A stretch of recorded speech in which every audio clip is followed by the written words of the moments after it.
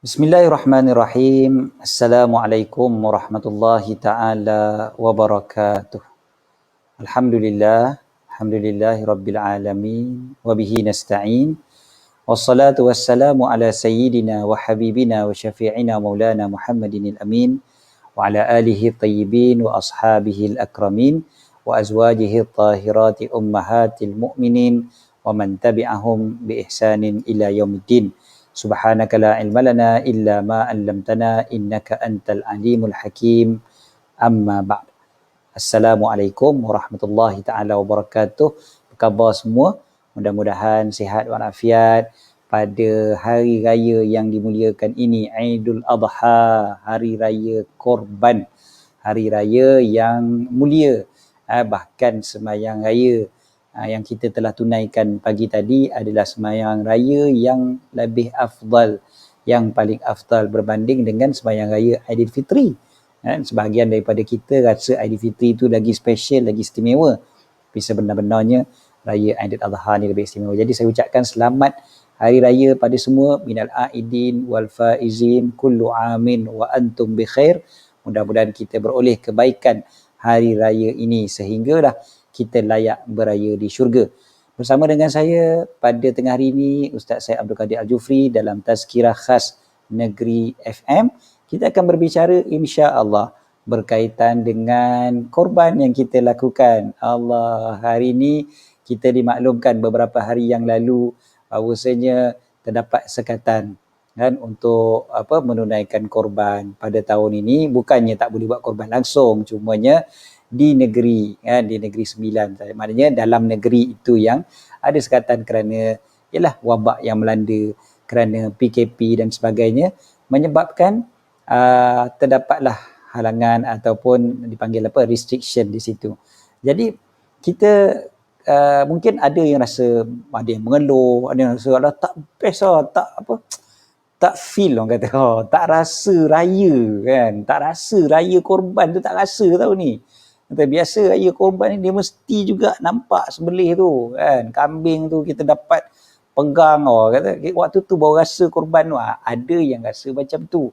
Ada yang rasa kata, kita kata tak apalah, buatlah korban kat negeri lain ataupun kat luar negara pun banyak kan. Kata, Ustaz tak boleh, Ustaz tak sama. Dia kata kan, kami nak rasa daging dia tu kan, darah dia tu nampak depan mata. Ada yang rasa macam tu. Macam inilah. Dalam Al-Quran, dalam surah Al-Hajj, Allah Subhanahu Wa Taala ada berfirman dalam ayat yang ke-37. Allah Subhanahu Wa Taala berfirman, ba'da a'udzubillahi minasyaitonir rajim, lan yanalallaha luhumuha wala dima'uha walakin yanaluhu taqwa minkum kadzalika sakhkharaha lakum litukabbirullaha ala ma hadakum wa basyiril muhsinin. Apa dia? Daging dan darah itu tidak akan sampai pada Allah Ta'ala. Akan tetapi yang sampai pada Allah adalah takwa daripada kalian. Demikianlah Allah memudahkan, menggerakkannya untuk kamu, supaya kalian membesarkan Allah Subhanahu Wa Ta'ala atas petunjuknya. Dan berilah kabar gembira kepada orang yang melakukan kebaikan. Perhatikan ayat ini. Allah Subhanahu Wa Taala nyatakan darah dan dagingnya itu bukan itu yang sampai pada Allah Taala. Ini merujuk kepada tengok perbuatan orang jahiliah dulu-dulu, yang mana mereka apabila hendak melaksanakan korban, kan, sebab korban ni daripada sebelum Nabi SAW lagi memang ada dan bukan saja di kalangan orang Arab, bahkan seluruh bangsa di dunia ni ada saja jenis-jenis pengorbanannya. Dan korban yang dilakukan oleh orang Arab jahiliah ketika itu adalah mereka bila melakukan ibadah korban, mereka akan sembelih kambing tu dekat dengan Kaabah, lalu darahnya akan dilumurkan dekat Kaabah dan dagingnya akan digantung dekat Kaabah. Gitu pula rasanya pengorbanan dia. Korban begitu, pelik kan? Tapi itulah yang mereka buat. Tapi ada lagi bangsa-bangsa yang lain. Sampai pada hari ini pun ada kepercayaan-kepercayaan yang lain yang melakukan lebih kurang begitu juga. Kan ada yang bakar tu, ada yang menyembelih itu dan sebagainya. Tetapi akhirnya dibiarkan macam tu saja. Jadi Nabi SAW datang, Nabi SAW tunjukkan contoh. Bila sembelih binatang korban itu, sebenarnya salah satu daripada tujuannya adalah supaya daging itu diberikan kepada fakir miskin. Itu sebab salah satu daripada syarat korban adalah sebahagian, paling tidak sebahagian daripada daging tu mesti ada bagi kepada fakir miskin. Jadi maknanya ada kebaikan dekat situ. Dia bukan hanya gantung dekat Kaabah macam tu aja, habis busuk saja, bau dan sebagainya. Tapi itulah yang berlaku. Habis kalau kita pada hari ni sibuk kita berkelahi, bergaduh pasal daging, pasal darahnya, darah mungkin tak ada lawan gaduh kot kan, pasal dagingnya.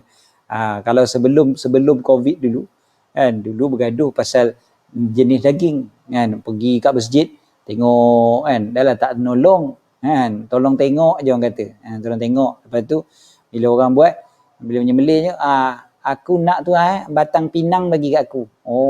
Kan pandai pula memilihnya. Sekarang lagi pandai, harimau menangis bagi kat aku. Kan macam-macam style ada. Jadi daging itu yang dipikirkan.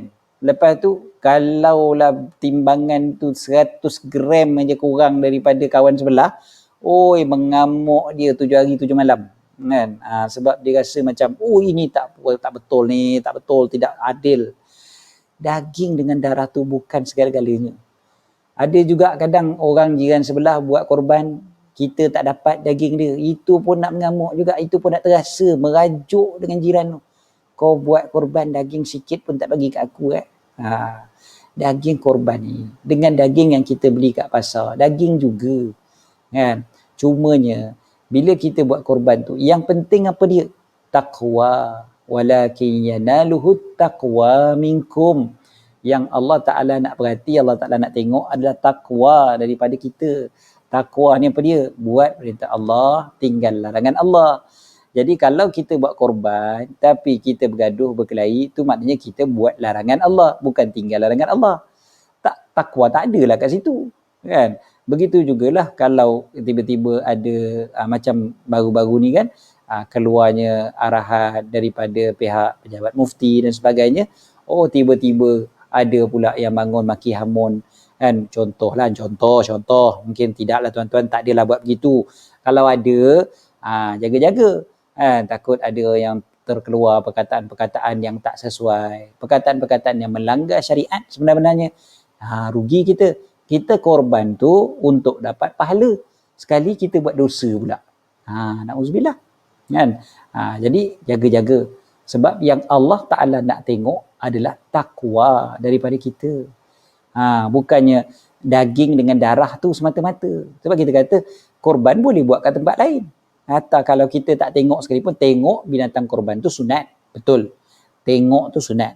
Tapi kalau tak tengok, bukannya tak sah. Maknanya boleh juga buat tempat lain. Buat dekat tempat kita memang lebih afdal dari sudut kalau tak ada langsung dibuat kerana tidak ada syiar. Tak ada syiar. Yalah, tapi kalau kerana ada kemaslahatan tertentu sebab wabak yang melanda dan sebagainya, tak ada masalah. Islam sangat meraihkan perkara-perkara itu. Yang pentingnya adalah takwa daripada kita. Hari ni, kalau kita perhatikan, kita mulakan hari raya ini pagi-pagi dengan khutbah raya. Khutbah raya tu kan dibaca selepas daripada semayang raya kan. Lepas semayang, dia beza dengan semayang Jumaat. Khutbah dulu baru semayang Jumaat. Pagi tadi kita semayang raya dulu baru khutbah. Kalau ada khutbah lah kan. Khutbah dekat rumah sendiri kan. Peganglah apa tiang apa benda yang ada kan. Baca teks yang disediakan oleh Jabatan Agama. Kita pun baca, kita pun khutbah. InsyaAllah mudah-mudahan ramai yang buat. Yang tak buat pun tak apa, sebab khutbah tu sunat. Sembahyang raya tu pun sunat kan. Jadi kalau dah baca, cuba kita ingat balik. Salah satu daripada yang disebutkan dalam teks khutbah adalah membesarkan Allah. Allahu Akbar, Allahu Akbar, Allahu Akbar, Allahu Akbar, Allahu Akbar. Kan mula je kan macam tu. Takbir dulu. Kemudiannya mengingatkan jemaah supaya bertakwa kepada Allah. Takwa kan tadi. Takwa pada Allah Subhanahu Wa Taala.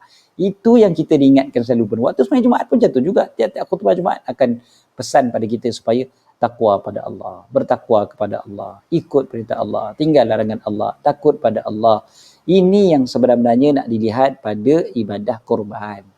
Dan oleh kerana itulah Allah SWT sambung ayat tadi tu, kadzalika sakhkharaha lakum litukabbirullaha ala ma hadakum. Allah yang mudahkan untuk kalian supaya kalian besarkan Allah, bukan besarkan diri, bukan besarkan nafsu, bukan besarkan ego, kan? Tapi untuk besarkan Allah. Sebab apa? Allah yang mudahkan, Allah yang gerakkan, kan? Sebenarnya binatang korban tu, kalau Allah Taala tak gerakkan, tak dapat kita sembelih je. Kan? Kambing yang dah ada depan mata pun boleh lari. Dah pegang dah pun dia boleh hilang juga daripada kita. Tahu-tahu entah mana dia masuk ke dalam semak, dah tak jumpa dah. Kan? Boleh aja. Kan? Tapi Allah yang mudahkan. Bahkan duit yang kita nak beli binatang korban tu pun, kalau Allah Ta'ala tak mudahkan, tak beli juga kita duit tiba-tiba tak ada, ataupun hati tak tergerak. Kan? Hati tak gerak tu, tak apalah, korang buat lah tahun ni, aku tak nak buat tahun ni, aku buat tahun depan je lah. Kalau tahun depan hidup. Kan? Tapi memang Allah tak gerakkan. Jadi disebutkan yang menggerakkan adalah Allah. Kan perkataan sakhara ni biasa kita baca waktu naik kenderaan. Kita naik kereta, kita baca subhanalladzi sakhkhara lana hadza wa ma kunna lahu muqrinin wa inna ila rabbina lamunqalibun. Perkataan sakhkhara tadi. Subhanalladzi sakhkhara lana. Sakhkhara kan. Dalam ayat ni pun sakhkhara juga. Dalam kenderaan tu, naik kenderaan tu, Maha Suci Tuhan yang menggerakkan kenderaan ini untuk kami. Sedangkan kami tak ada daya, tak ada upaya pun atasnya.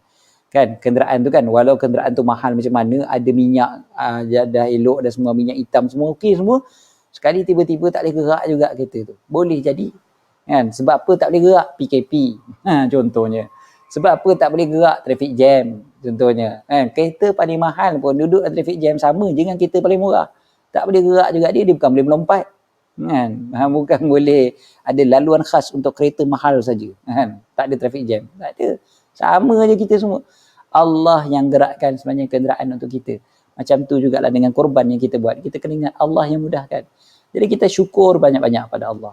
Kita besarkan Allah Subhanahu Wa Taala atas nikmat hidayah yang Allah Taala kurniakan kepada kita. Allah yang gerakkan, Allah yang mudahkan untuk kita. Apa yang kita nak sombong? Apa yang kita nak belagak? Apa yang kita nak bergaduh? Apa yang kita nak berkelahi dengan ibadah korban yang kita buat? Bukan saja ibadah korban pada hari ini, bahkan korban sepanjang zaman, sepanjang hayat kita. Esok, lusa, minggu depan, tahun depan, bila-bila pun. Kita kan banyak juga berkorban insya-Allah. Kita korban harta, kita korban tenaga, korban perasaan, korban macam-macam. Ingat, sebenarnya pengorbanan kita ni Allah yang mudahkan. Jadi kita tak perlu nak belagak sombong. Dan juga ketika itu, kita tak akan mudah kecewa bila manusia tidak menghargai. Kadang-kadang kita dah buat pengorbanan macam-macam. Suami, isteri kan berkorban, mak bapak berkorban. Kita kat tempat kerja berkorban macam-macam. Tapi kadang orang tak hargai. Kadang-kadang pasangan suami isteri, antara aduan yang paling biasa sekali diadukan, Ustaz, pasangan saya tak menghargai saya. Penat Ustaz buat macam-macam, langsung tak ada penghargaan. Kan, staff dengan bos buat macam-macam Ustaz, bos buat tak peduli aja. Sama aja. Naik pangkat, orang lain juga naik pangkat dulu. Dia buat tak nampak aja saya Ustaz. Contohnya. Itu biasa. Bukan maknanya kita tak boleh sedih. Bukan maknanya kita tak boleh bergembira bila dapat penghargaan. Manusia memang suka bila dapat penghargaan. Normal lah tu. Tapi bila kita buat sesuatu tu, kita ingat Allah Ta'ala yang tengok. Allah Ta'ala yang nilai. Dan Allah pun yang gerakkan pengorbanan kita ni. Allah akan balas dengan sebaik-baik balasan. Dan Allah tak akan terlepas pandang daripada pengorbanan kita tu. Wa basyiril muhsinin. Berilah kabar gembira kepada orang yang buat baik. Kita tahu pengorbanan kita tu takkan sia-sia. Bila kita berkorban, Allah Ta'ala nampak. Kita korban, kat mana pun, kita nampak ke, orang nampak ke, orang tak nampak ke, Allah nampak. Kan? Kita nampak, kita tak nampak, Allah nampak. Orang nampak, orang tak nampak, Allah nampak. Orang buat-buat tak nampak, pun Allah nampak. Allah akan balas.